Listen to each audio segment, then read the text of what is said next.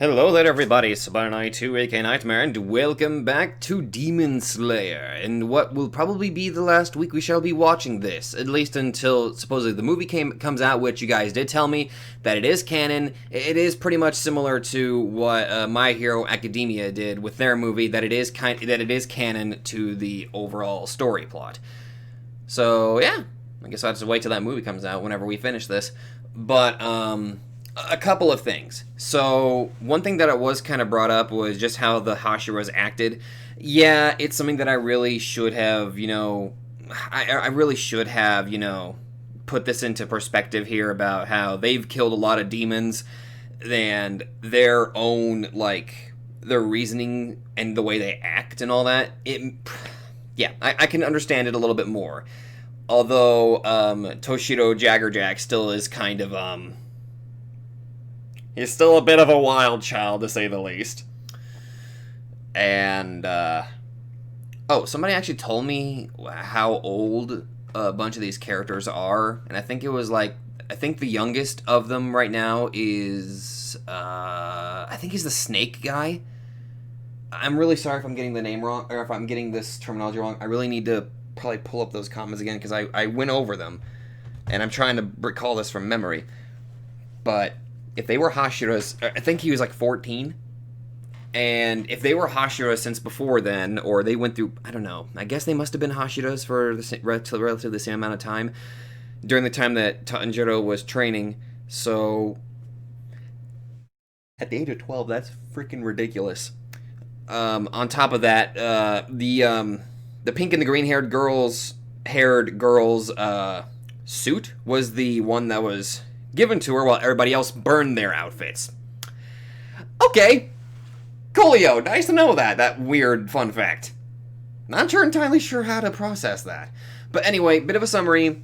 Nezuko pretty much proved, well, or at least she kind of proved herself to the Hashiras that she's not going to consume human blood or anything like that. So she's not a threat.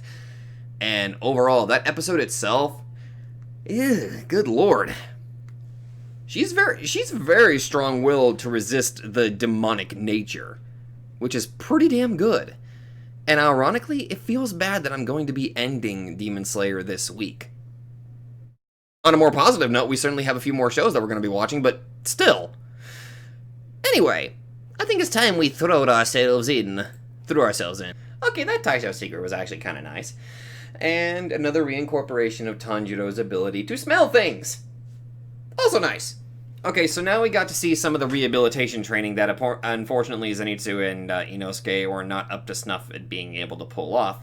And we learned about how utterly, ridiculously powerful Shinobu is, that she can blow into a gourd and make it explode of various sizes. And, well, aside from Zenitsu having his girly love moment there, that was, interesting to say the least. We learned a little bit more about Shinobu and her motivations, as well as, well, her own personal inner struggles, as well as showing how she actually does feel some semblance of anger in a way. That's interesting to say the least. I kind of took her as sort of somebody that's, creepy, and now I kind of feel bad that I judged a book on its cover, which is something that I really need to stop doing. But it was interesting that we got a glimpse of her reasoning behind, just basically her reasoning.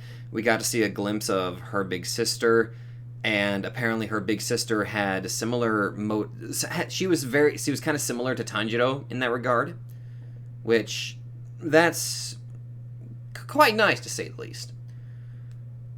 And I think I might have been reading a bit too much into the situation there with her, her anger toward demons while also trying to honor her sister's wishes. I might have been reading a bit too much into that, but I kind of see that scene as her passing on the metaphorical torch that her sister had given her to Tanjiro, so that she could feel a little bit less pressured and she could focus a little bit more on her own job as a demon slayer, and knowing that somebody is honoring her late sister's wishes, trying to, prove that there are some good demons, and the best example being Nezuko and the other two, Tomoya and, I think I might have pronounced her name wrong, but you know. Now I'm a little bit worried about Inosuke and Zenitsu, though. They seem pretty downtrodden considering they couldn't handle the training. And now we know that Tanjiro is trying to focus mostly on his total concentration technique. That's... Ugh. I never would have expected an anime to tell me that breathing could make you badass and also possibly kill you. This is basically breathing and swords. But anyway, I'm gonna go hop into the next episode, and I will see you guys there. Hello there, everybody, and now we are on episode 25 of Demon Slayer. One more episode and we're done. I'm kind of sad. I've actually found myself thoroughly enjoying this show.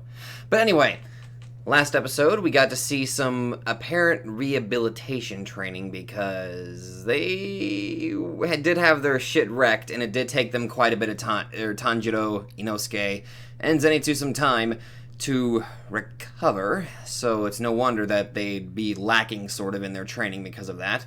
And we got to see some of what the training actually entails. I still have no idea where Nezuko... I guess Nezuko is in that room that Tanjiro put her in, I assume. I'm just kind of wondering, like, what she's been doing during this time that the three have been... Well, now one, have been training. Like, has she just been casually wandering around at night, just kind of looking around the place or something like that, or is she even allowed to do that? I don't know. But we learned a little bit more about Shinobu, so we now know about, well, the reason why she's a demon slayer, as well as what happened to her big sister, as well as my theory that she's basically passing on the metaphorical torch to Tanjiro that she was not able to have, or she could not handle, I think. I don't know. Again, I might be just reading into things, or I might be misreading into things, and that tends to happen. But it seems like Inosuke and Zenitsu have kind of stopped out on the training itself, and now Tanjiro is attempting to do this supposed total concentration breathing to where it's at the point where it'll be second nature to him, trying to get past that sort of limit there. So I'm kind of curious how that's going to play out. But more importantly, I'm just wondering how he's going to try to get... I'm hoping he can get Zenitsu and Inosuke back to actually training. I would like that. Also, that training montage was oddly hilarious. Even if Zenitsu did have one of his moments. So let's go ahead and throw ourselves in, shall we? I hope that if they do or I'm guessing when they do season 2 of Demon Slayer, I really hope they keep these Taisho Secrets things, because I really like them. They're nice. But, let's see. Now we learned a little bit more about Kana. So it's like the previous episode we learned about Shinobu, and then now we learned about Kana, who had a fucked up, a very, very fucked up childhood. I can't even really call it a childhood, really, because of the shit that she must have gone through.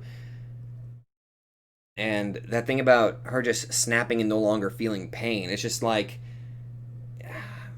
I guess that was supposed to symbolize that, in a way, whenever she was a kid, she basically just broke and stopped being human in some regard. Which just explains why she... Well, actually, nothing can explain why she was being sold off. Seriously. Whoever her parents are, freaking go get, you know what? Become dog food for the demons. But, and actually finally getting to see a little bit more of Shinobu's actual sister, too. That was very interesting. She seemed like a very, very nice person. And I can certainly see why Shinobu kind of sees, her sister in Tanjiro, which is actually quite nice. I liked that. Now, honestly, the highlight of the episode was finally getting Zenitsu and Inosuke to finally get back into training, and Shinobu, whoo! I feel dumb that I didn't even think of that. And Inosuke is so easy to rile up. I mean, just taunting him in some regard probably was the best option to get him to fully take the training seriously. As for Zenitsu, yeah, that... Show him any signs of affection from a female person that's pretty, and it works. But at least, my god, at least it motivated him to finally get to training. Alright. As well as that that was a very sweet moment between, well, I know Nezuko was asleep, but, yeah. That was still a very nice moment. Well, looks like we're gonna move on to the next episode, which will be the last episode of Season 1, so... I'll be sure to collect my final thoughts there and share them with you by the end of that, so... Let's go jump in there, then. Hello there, everybody, and now we are on the final episode of Season 1 of Demon Slayer. I'm guessing this is episode number 26. Alright, so, last episode, and actually, I may as well just go over the previous episodes. The first episode we watched, we learned a little bit more about Shinobu and her older sister, as well as the passing of the torch to Tanjiro. And then last episode, we learned about Kanao. They're basically Shinobu's protege. Or I can't tell. I'm not entirely sure if the correct word would be protege or just keep it as apprentice. Learned a little bit more about her fucked up story. That's just utterly fantastic. I hope that scumbag died a painful death. And we finally got Inosuke and Zenitsu to take their... motivated them to finally get into to train. That's good. And the way to do it, still one of the silliest things I think I've ever seen. All you had to do was just play into Inosuke's ego and then just... I don't know. Be pretty for Zenitsu or something. But hey, anything that gets them to actually take the training seriously and, make it through it. Hey, if it works, it works. So I'm kind of wondering how this episode's going to wrap itself up. I mean, that last episode, having that train, with that demon with the I'm guessing I'm still of my idea that demon is probably like Asura with 3 faces or something like that, the part of me is actually kind of hoping that they go with that detail, because I saw that second mouth. Unless it's just got 2 faces, in which case, damn it. But I really hope they go with that angle in terms of design.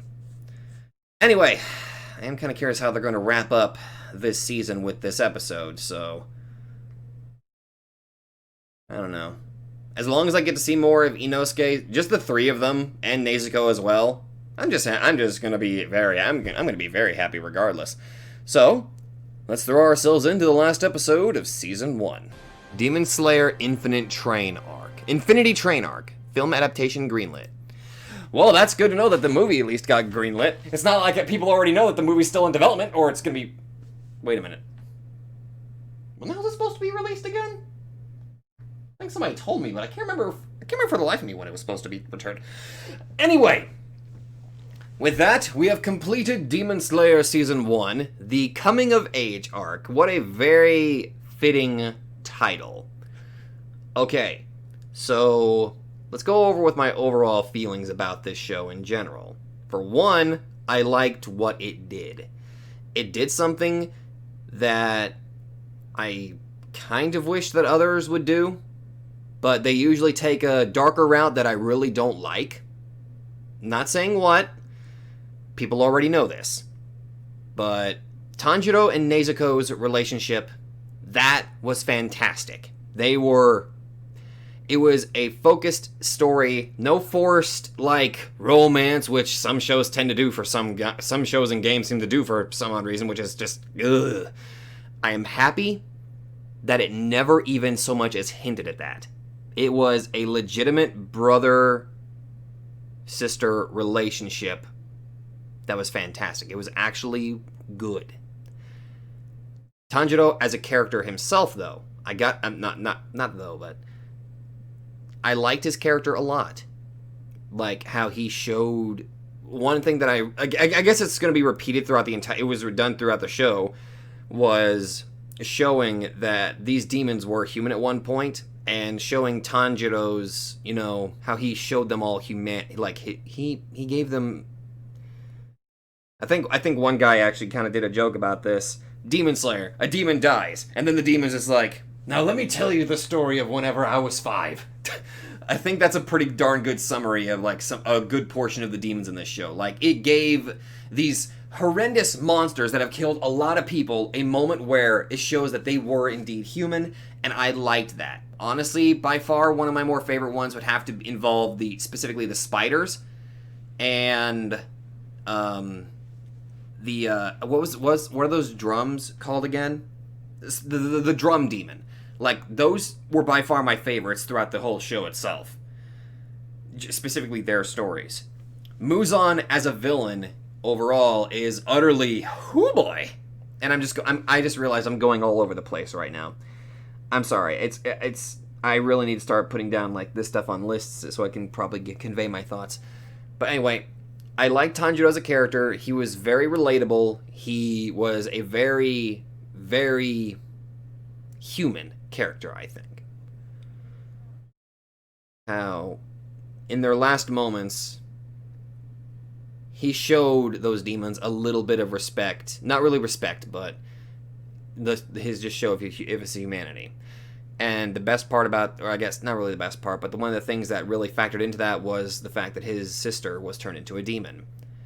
But she still retained her humanity, which is fantastic, because they pretty much got a demon that's on their side that can fight.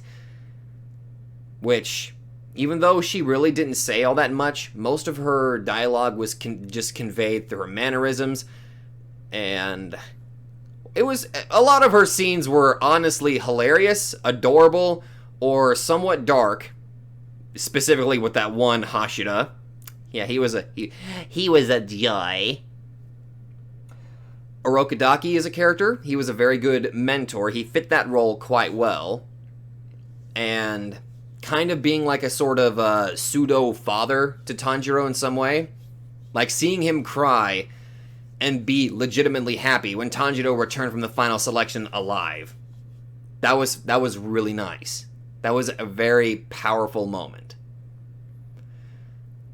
Moving on to the other characters, Zenitsu and Inosuke. They were both introduced relatively kind of close to around the same time. They were basically in the same situation, sort of. Or I guess the same few episodes. Zenitsu is interesting. He kind of started off, I kind of felt bad for the guy. Started feeling a little bit annoyed. And now I'm just kind of stuck in that middle area where I can kind of just laugh off his antics. Because his ability is very interesting. He has to be pretty much unconscious or asleep, and then he becomes a complete and total badass. But ironically, it's his ability that's almost kind of like a drawback. Because he's only mastered one of the forms of his thunder breathing technique, but he's completely mastered it to such a level that he can almost perfectly one-shot enemies as soon as he gets the chance to, which is amazing. And then we get to best boy Inosuke. He's a wild child. I gotta say, the beast breathing self-taught technique, that shit's pretty weak. That shit's pretty awesome. Not weak. I was gonna try to say whack, but that does not sound all that good. I just realized I'm rambling on a little bit here. Seeing his fighting style, his stretching, and then the show also kind of threw off my expectations. I was not really expecting to get to see what his face looked like underneath the boar mask, but it immediately threw that out the window, and we got to see his pretty boy face. I did not expect that. And he just, I don't know. Anytime that Inosuke was having his little antics, I just could not help but have like the biggest smile on my face, just kind of seeing him be the wild child.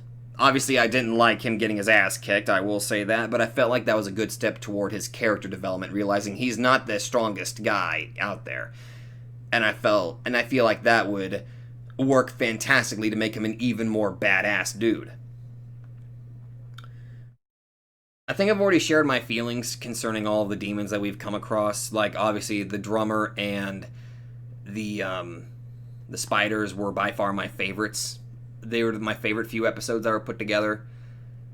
They were fantastic. I can't remember too much about the one that played with the Tamari and the eyeball dude. Yahaba and Sesshimaru. I think that was their names. I'm sorry if I got them wrong.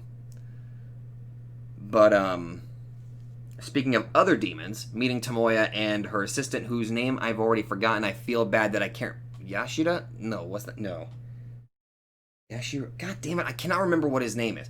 But to see that there were other good demons out there is fantastic. And that they might have a chance of being able to help turn Nezuko back into a human. That's also good.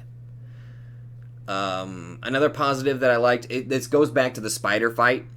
Seeing Tanjiro do the fire breathing technique that he had learned or watched from his father. That was a fantastic... Actually, that entire sequence was utterly amazing. As well as seeing Nezuko reveal what her blood demon art is, which is exploding blood. Which, that's pretty fucking wicked. In combination even with Tanjiro's skill. It kind of makes me wonder what kind of combos I could pull off together. But, that shit was... That was really emotionally powerful, I think. Getting to meet the Hashiras relatively shortly was also a very interesting experience, kind of seeing all of their contrasting personalities, as well as seeing their absolute fealty to the Master, was interesting, as well as being able to see what the Master actually looked like. And it makes me wonder, like, what happened to him? I'm assuming that it must have been some sort of disease, or he really did get attacked by a demon, or it's something that he's inherited for a long time, because apparently... From what I learned, he's a descendant of the same family that's been fighting Muzan for so damn long, I'm assuming. Which kind of gives me the idea that maybe the first person either was maybe a friend to Muzan, or maybe they were possibly brothers or something like that. I don't know. But I'm hoping to learn a little bit more. And that kind of draws me to my next target, Muzan, or next topic, sorry. Muzan was a very interesting character. Even for a villain, we didn't really get to see him too much. We did see him a fair amount, but not, like, overbearingly a large amount. Like this last episode, holy shit, we learned a little bit more about him, as in he can actually shapeshift, and I'm assuming that must be one of his blood demon arts. Which, that's interesting. And extremely dangerous. I mean, unless he can hide what color his eyes are, which I imagine he can do that through contacts and stuff like that, but unless you can hide your eye color, good luck trying to hide. Well, at least to demon slayers, at least. Or specifically Tanjiro, because he's seen you. But then again, the demons of the lower 6 did mention that he was able to change his aura and everything, so that must be like semi-perfect shape-shifting, possibly. Like he's almost able to completely change everything aside from maybe a couple things. I certainly didn't expect to see Muzan in a dress, though, which kind of makes me wonder what led him to dressing like that, unless that's just kind of how he likes to dress, in which case I'm not judging. But it kind of makes me wonder why he put on that appearance. But anyway, seeing Muzan as his presence, I liked learning, or I liked kind of delving into what his mannerisms were. That one scene in the back alley, for example, I picked up that he did not like people like saying that, "Hey, you look like you're about to die," which that really set him off. So it makes me wonder, maybe he has like maybe he truly does fear death, like, a lot. And another showing of his personality with the lower 6 was him just, oh boy, laying waste to pretty much all of them for either A, not choosing the words correctly, doubting him, saying he's wrong, or trying to run away. Like, all of those demons except for, well, the one who loves agony and pain and suffering and all that stuff. They pretty much broke every freaking rule of the 12 Kizuki rules, I'm assuming, and then they got devoured for it. Even though I still like that one with the red kimono and her horns, and I actually liked her design, so I'm kind of upset that she's dead now. Damn. But, yeah. This show was actually really darn good. I really thoroughly 100% enjoyed it. I liked what it did with its demons. It never forgot that these demons were once people. And I liked it. The characters, the art style itself was also pretty darn good, and honestly, it's something that I should have realized that it was done by Ufotable, and I've seen a little bit of their fighting animation that they do, and that shit's pretty on point. So, overall, this show was actually pretty damn good. I think I'm probably going to rate it as by far one of my most favorite, which I guess that means it's going to be put right kind of close to My Hero Academia in some regard. That's pretty damn high up there, though. But, other than that, if there was something that I missed, I kind of feel bad that I did, because I tried to retain as much as I could, but I'm really looking forward to kind of seeing what this movie has in store whenever it comes out. But we got other stuff that we got to worry about. Anyway, thank everybody for joining me on this. Even if we did come across a few hiccups along the way, I still found myself utterly enjoying the show from beginning to end. It was great. And if you all like this, be sure to let me know. Thank you all very much for joining me on this, and I will see you guys next time, where we will jump into Season 2 of Hell Girl.